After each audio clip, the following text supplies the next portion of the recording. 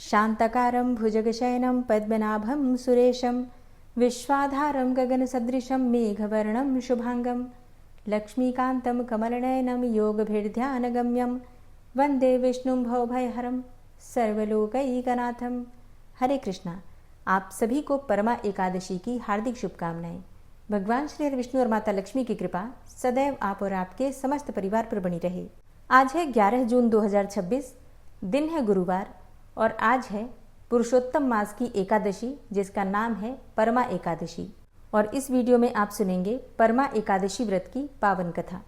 अर्जुन ने कहा, हे कमल नयन, आपने शुक्ल पक्ष की एकादशी का विस्तार पूर्वक वर्णन करके मुझे सुनाया, अतः अब आप कृपा करके मुझे अधिक मास की कृष्ण पक्ष की एकादशी का क्या नाम है, इसमें किस देवता का पूजन किया जाता है तथा इसके व्रत से किस फल की प्राप्ति होती है और इसकी विधि क्या है, इन सब बातों के बारे में बताइए। श्री भगवान बोले, हे अर्जुन, अधिक मास के कृष्ण पक्ष में जो एकादशी आती है वह परमा एकादशी कहलाती है। वैसे तो प्रत्येक वर्ष 24 एकादशियां होती हैं। अधिक मास या मलमास को जोड़कर वर्ष में 26 एकादशियां होती हैं। अधिक मास में 2 एकादशियां होती हैं, जो पद्मिनी एकादशी शुक्ल पक्ष में और परमा एकादशी कृष्ण पक्ष के नाम से जानी जाती है। इसके व्रत से सभी पाप नष्ट हो जाते हैं तथा मनुष्य को इस लोक में सुख और परलोक में सद्गति की प्राप्ति होती है। इसका व्रत विधान के अनुसार करना चाहिए और भगवान विष्णु का धूप दीप नैवेद्य पुष्प आदि से पूजन करना चाहिए। इस एकादशी की पावन कथा, जो कि महर्षियों के साथ काम्पिल्य नगरी में हुई थी, वह मैं तुमसे कहता हूँ, ध्यान पूर्वक श्रवण करो। काम्पिल्य नगरी में सुमेधा नाम का एक अत्यंत धर्मात्मा ब्राह्मण रहता था।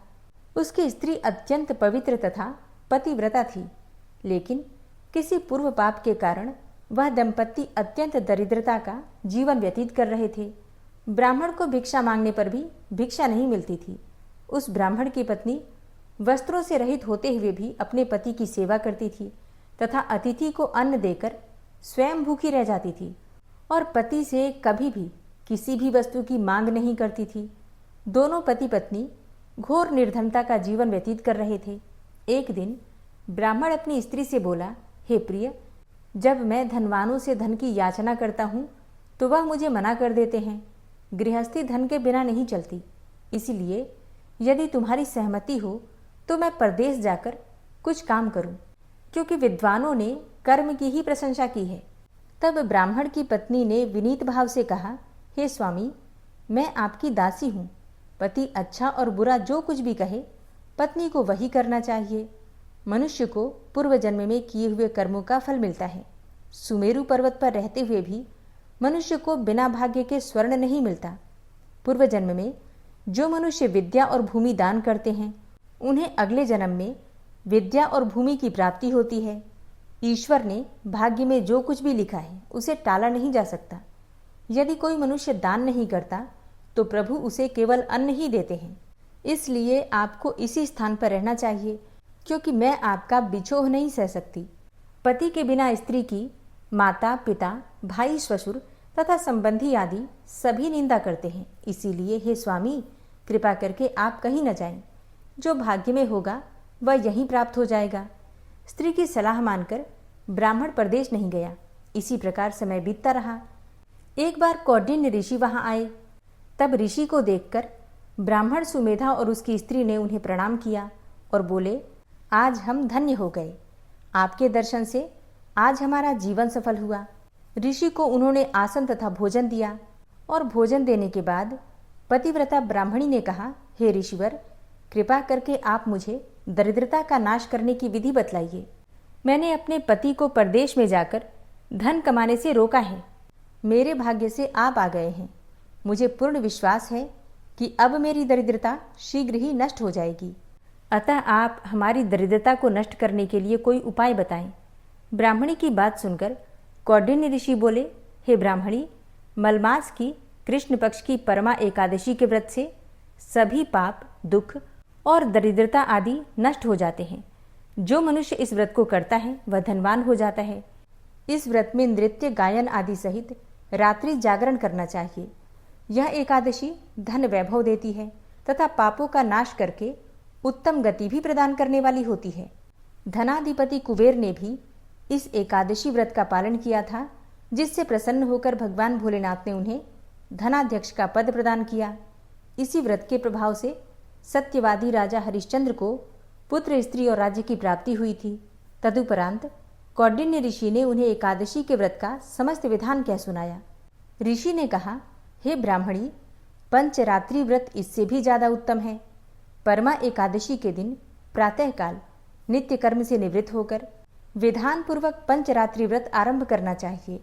जो मनुष्य 5 दिन तक निर्जल व्रत करते हैं वे अपने माँ, पिता और स्त्री सहित स्वर्ग लोक को जाते हैं। जो मनुष्य 5 दिन तक संध्या को भोजन करते हैं वे स्वर्ग को जाते हैं। और जो मनुष्य स्नान करके 5 दिन तक ब्राह्मणों को भोजन कराते हैं वे समस्त संसार को भोजन कराने का फल पाते हैं। जो मनुष्य इस व्रत में अश्वदान करते हैं उन्हें तीनों लोकों का दान करने का फल मिलता है। और जो मनुष्य उत्तम ब्राह्मण को तिल दान करते हैं वे तिल की संख्या के बराबर वर्षों तक विष्णु लोक में वास करते हैं। जो मनुष्य घी का पात्र दान करते हैं वह सूर्य लोक को जाते हैं। और जो मनुष्य 5 दिन तक ब्रह्मचर्य पूर्वक रहते हैं वे देवांगनाओं के साथ स्वर्ग को जाते हैं। हे ब्राह्मणी, तुम अपने पति के साथ इसी व्रत को धारण करो तो इससे तुम्हें अवश्य ही सिद्धि और अंत में स्वर्ग की प्राप्ति होगी। कौंडिन्य ऋषि के वचनानुसार ब्राह्मण और उसकी स्त्री ने परमा एकादशी का व्रत 5 दिन तक किया। व्रत पूर्ण होने पर ब्राह्मण की स्त्री ने एक राजकुमार को अपने यहाँ आते देखा। राजकुमार ने ब्रह्मा जी की प्रेरणा से एक उत्तम घर, जो कि सब वस्तुओं से परिपूर्ण था, उन्हें रहने के लिए दिया। तदुपरांत राजकुमार ने आजीविका के लिए एक गांव भी दिया। इस प्रकार ब्राह्मण और उसकी स्त्री की गरीबी दूर हो गई और पृथ्वी पर काफी वर्षों तक सुख भोगने के पश्चात वे पति पत्नी श्री विष्णु के उत्तम लोक को प्रस्थान कर गए। अतः हे नारद, जो कोई मनुष्य विधि पूर्वक इस व्रत को करेगा भगवान विष्णु निश्चित ही उसका कल्याण करते हैं। तो प्रेम से बोलिए भगवान श्री विष्णु की जय। और अब आप सुनेंगे एकादशी माता की कथा। एकादशी का व्रत एकादशी माता की कथा सुने बिना अधूरा ही माना जाता है, इसलिए पूरे श्रद्धा भाव से एकादशी माता की कथा भी जरूर सुननी चाहिए। एकादशी माता की कथा के अनुसार मुर नामक एक दैत्य था। रावण और कंस की तरह वो भी बड़ा आतंक मचाता था और स्वर्ग में देवों सहित सभी को पीड़ा देता था। सब लोग उससे रक्षा मांगकर श्रीमन नारायण की शरण में गए। भगवान ने कहा, मैं उसे संभालता हूँ, तुम चिंता मत करो। सभी देवताओं को आश्वासन देकर भगवान मुर के साथ युद्ध करने लगे, लेकिन अपनी सारी शारीरिक शक्ति लगाकर भी भगवान विष्णु कुछ नहीं कर सके। भगवान को युद्ध के मैदान से पलायन करना पड़ा। तब वे हिमालय की एक गुफा में जाकर छुप गए। मुर भी उनका पीछा करते हुए वहीं पहुंच गया।